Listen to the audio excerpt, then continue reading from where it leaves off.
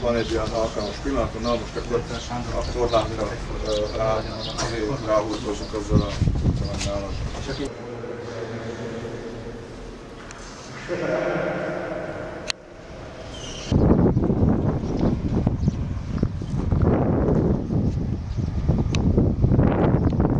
Komárom vasútállomás. A Dunaszardahely-Pozsonyi központi pályaudvar irányából közlekedő 43-32-es számú régiójet személyvonat a 4-es vágányról indul.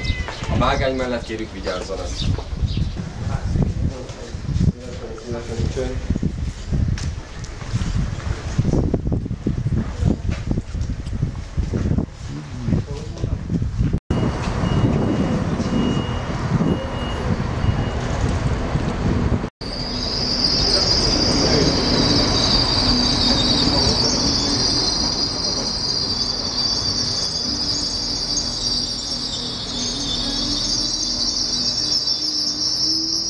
Tulajdonképpen egy figyelemfelkeltés, szeretnénk felhívni a figyelmet egy hiányosságra, mégpedig a kétnyelvűség terén tapasztalható hiányosságra.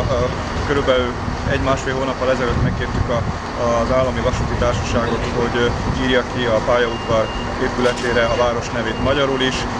Elutasító választ kaptunk, különféle jogi problémákra hivatkoztak. Mi nem adjuk fel a dolgot, és szeretnénk, hogy minél több ember figyeljen fel arra, hogy az itt élő a magyarok többsége igenis megérdemelne legalább egy feliratot a város nevéről magyar nyelven is. Komárom vasútállomás. Köszöntjük kedves utasainkat! A Dunaszardahely-Pozsonyi központi pályaudvar irányába közlekedő 43-32-es személyvonat a 4-es vágányról menetrend szerint 14 óra 10 perckor indul. A vonaton a RégioJet vasúti társaság szállítási és díjcsomag feltételei érvényesek. Minden kedves utasoknak kellemes utazást kívánunk!